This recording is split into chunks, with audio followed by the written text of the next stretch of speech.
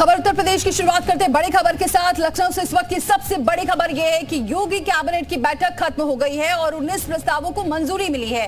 20 प्रस्ताव बैठक में किए गए थे पेश। योगी कैबिनेट में बड़ा फैसला ये हुआ है कि नोएडा में बायर्स को बड़ी राहत मिली है, बड़ी सौगात मिली है। 3 लाख से ज्यादा बायर्स को मिलेंगे फ्लैट। कई सालों से परेशान चल रहे थे ये बायर्स, जिन्हें फ्लैट्स मिलेंगे। 57 जिलों में साइबर थानों को भी मंजूरी मिल गई है। औद्योगिक विकास विभाग का प्रस्ताव भी मंजूर हो गया है।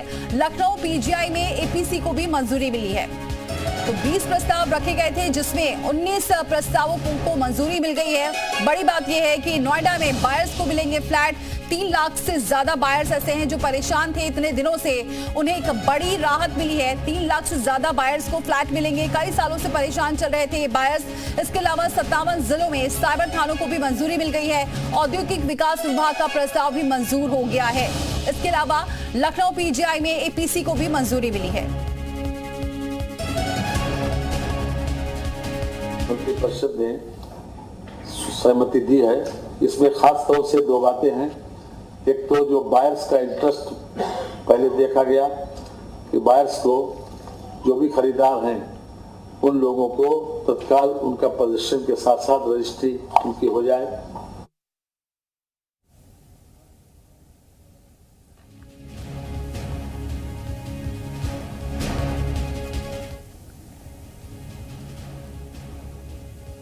तो कैबिनेट में 19 प्रस्तावों पर मुहर लग गई है। एनसीआर में फ्लैट बायर्स को बड़ी राहत मिली है। 3 लाख बायर्स को घर मिलेगा।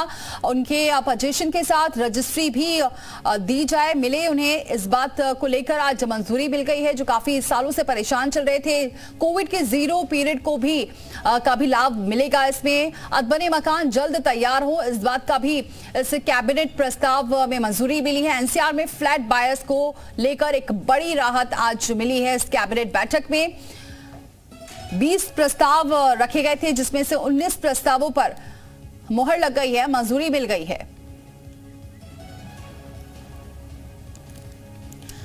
और गाजियाबाद से हमारे साथ पीयूष गौड़ जुड़ चुके हैं और इसके अलावा एसोसिएट एडिटर अजीत सिंह हमारे साथ जुड़ चुके हैं। अजीत, बड़ी राहत मिली है आज फ्लैट बायर्स को लेकर, और भी क्या कुछ अहम प्रस्ताव रहे हैं जिसको मंजूरी मिली है और राहत भी मिली है जिससे? देखिए, बिल्कुल दीपाली, कुल 20 प्रस्ताव पटल पर रखे गए थे जिसमें 19 प्रस्तावों को मंजूरी दी गई है। जिसमें सबसे बड़ा और महत्वपूर्ण प्रस्ताव वो नीति आयोग के अमिताभ कांत थे, जिनकी पूरी रिपोर्ट थी एनसीआर को लेकर। गाजियाबाद, नोएडा और ग्रेटर नोएडा, क्योंकि बायर्स ने पूरा पैसा पेमेंट कर दिया लेकिन उसको फ्लैट पर पोजीशन नहीं मिला, या फिर वो फ्लैट पूरा प्रोजेक्ट एनसीएलटी में चला गया, या फिर बिल्डर भाग गया।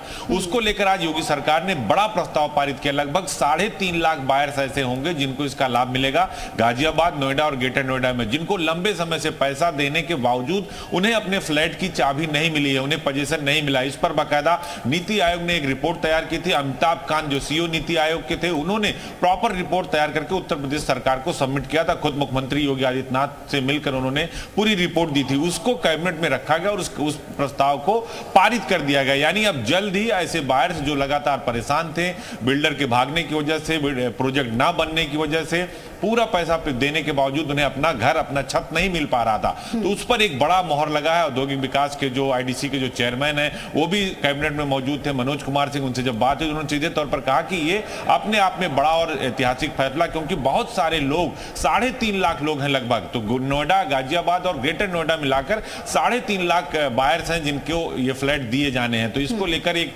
बड़ा फैसला लिया गया। इसके साथ ही अगर बात करें तो 57 जिलों में साइबर थाने बनेंगे। सहारनपुर का जो विकास प्राधिकरण है उसमें लगभग 30 से अधिक 33 गांव अलग शामिल किए जाएंगे। अयोध्या को लेकर कई सारी चीजें हैं। पर्यटन विभाग को लेकर जो प्रस्ताव है उसमें उत्तर प्रदेश की आबकारी प्रख्यापन नीति है, वो पीजीआई को लेकर है। लेकिन जो सबसे बड़ा प्रस्ताव था वो बायर्स को लेकर था। बिल्कुल, सबसे बड़ा प्रस्ताव बायर्स को लेकर था। बने रहे अजीत हमारे साथ। पीयूष का रुख करते। पीयूष, सबसे बड़ा प्रस्ताव बायर्स को लेकर था। 3.5 लाख से ज्यादा बायर्स जो परेशान घूम रहे थे, उनके लिए एक बहुत बड़ी राहत है। देखिए, निश्चित रूप से जो कैबिनेट में फैसला लिया गया है वो गाजियाबाद, नोएडा और आसपास के लोगों के लिए सौगात के रूप में, क्योंकि यहाँ जो बायर्स है जिन्होंने अपने खून पसीने से गाड़ी कमाई से आशियाना खरीदने का सपना सोचा था और वो लगातार उसकी किस्तें भी भर रहे थे, बैंक लोन भी चल रहा था, तमाम तरह के दबाव थे और उनको पोजेशन यानी उनके आशियाने का सपना वो पूरा होता हुआ नहीं दिखाई दे रहा था, क्योंकि जो बड़े नाम थे, बड़े बिल्डर भी इसमें शामिल थे, जो कि अपना प्रोजेक्ट पूरा ना होने के कारण जो NCLT में चले गए थे या फिर जो प्रोजेक्ट छोड़ के भाग गए थे। तो कहीं ना कहीं एक बड़ा राहत बड़ा फैसला है। 3.5 लाख से ज्यादा बायर जो कि लगातार पिछले कई सालों से परेशान चल रहे थे, शायद अब उनके घर के सपने की सौगात जल्दी पूरी हो जाएगी। जिस तरह से ये आदेश आया है कैबिनेट का, जल्दी ही उनको पोजेशन दिया जाए और उसके बाद रजिस्ट्री भी की जाए, तो माना जा रहा है कि लाखों लोग इससे प्रभावित होंगे और शीघ्र उनको राहत मिलती हुई दिखाई देगी। जल्दी वो जो आशियाने का सपना सजाए बैठे थे, एक लंबी लड़ाई सुप्रीम कोर्ट तक भी लगातार बायर्स एसोसिएशन लड़ रही थी, लगातार बिल्डरों के खिलाफ शिकायतें जा रही थी, वो प्रोजेक्ट पूरा नहीं कर रहे हैं या प्रोजेक्ट छोड़ के भाग गए, पोजेशन नहीं दे रहे, तमाम तरह की ऐसी शिकायतों से पीड़ित लोगों को आज राहत मिलती हुई दिखाई दे रही है। एक बड़ा फैसला इसको कहा जा सकता है, जहां 3.5 लाख लोगों को उनके फ्लैट मिलने का सपना पूरा होता हुआ नजर आ रहा है। बिल्कुल, अजीत भी हमारे साथ बने। अजीत, अगर ये जो फ्लैट बायर्स की बात करें, इसे कैसे अब अमली जामा पहनाया जाएगा? मंजूरी तो मिल गई है, लेकिन किस तरीके से इन बायर्स को मिलेंगे फ्लैट? क्योंकि जिस तरीके से नोएडा में देखा जाए, बिल्डर्स की जो मनमानी चल रही थी, इसको अंतिम रूप देना या अमली जामा पहनाना, उसके लिए भी शायद रोड मैप तैयार हो चुका होगा। अजीत बोलो, फोन कट गया है तो लगता है बातचीत नहीं हो पा रही है फोन, लेकिन पीयूष हमारे साथ बने हुए। पीयूष, सवाल यही है कि अब बायर्स को किस तरीके से लाभ मिल सके, जो मंजूरी मिली है इसे अमली जामा कैसे पहनाया जाए, ये भी एक बहुत चैलेंजिंग रहेगा।